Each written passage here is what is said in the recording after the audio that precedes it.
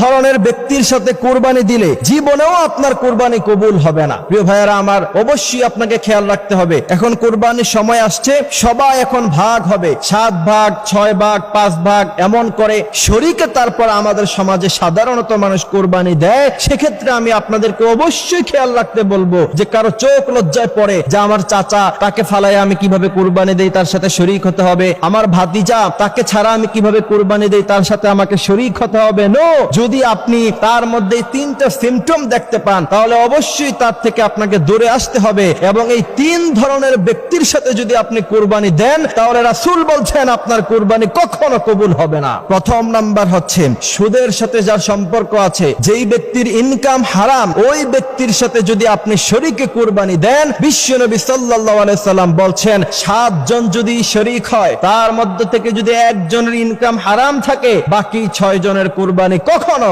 আল্লাহর দরবারে কবুল হবে না। আপনার চাচা সুদ খায় আপনি জানেন, আপনার ভাতিজা ঘুষ খায় আপনি জানেন, আপনার পাড়া প্রতিবেশী আপনার সাথে সম্পর্ক ভালো কিন্তু তার ইনকাম হারাম আপনি জানেন, সেখানে আপনি চোখ লজ্জার ভয়ে সামাজিকতা রক্ষায় আপনি যদি তার সাথে কুরবানি দেন, রাসূল বলছেন আপনার কুরবানি কবুল হবে না। সুতরাং যার সাথে শরীক হবেন দেখতে হবে তার ইনকাম সোর্স হালাল নাকি হারাম। যদি হালাল হয় তাহলে আপনি তার সাথে কুরবানি দেন, আর যদি হারাম হয় তাহলে তার সাথে আপনি কুরবানি দিবেন না। দ্বিতীয় নম্বরে, প্রত্যেক শরীক ব্যক্তির নিয়ত সহিহ হতে হবে। যদি আপনারা 5 জনে মিলে কুরবানি দিয়েছেন, একজনের নিয়তের মধ্যে যদি গড়বড় থাকে, বাকি কারো কুরবানি আল্লাহর দরবারে কবুল হবে না। সুতরাং যেই পশুটাকে আপনি জবাহ করবেন, ওই পশুটার কুরবানি আল্লাহ সুবহানাহু ওয়া তাআলার কাছে পৌঁছবে না। আমাদের সমাজে দেখা যায় গরু একটা কেনার পরে 1 লক্ষ টাকা দিয়ে গরু কিনা হয়েছে, এখন 5 জনে মিলে গরুটা কিনছে, এক একজনে 20,000 টাকা করে দিছে।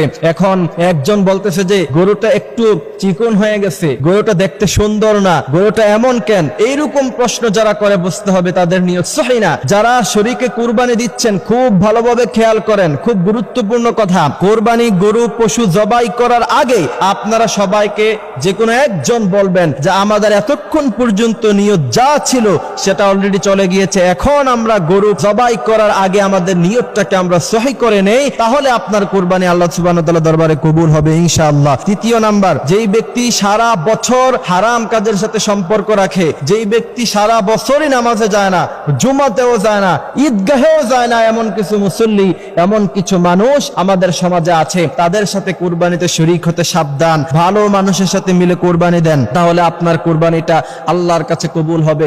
আল্লাহ পাক স্পষ্ট ভাবে বলছেন, লা ইয়ানালাল্লাহু লুহুমুহা ওয়ালা দিমাউহা ওয়ালাকিন ইয়ানালুহুত তাকওয়া। আল্লাহ বলছেন আমি কোন পশুর রক্তের স্রোত কতটুকু বের হলো আমি আল্লাহ পাক সেটা দেখি না, আমি আল্লাহ পাক সেটা দেখি না। গরুটা কত তাজা, কত মোটা, গোশত কতটুকু হলো এটা আমি আল্লাহ পাক দেখি না।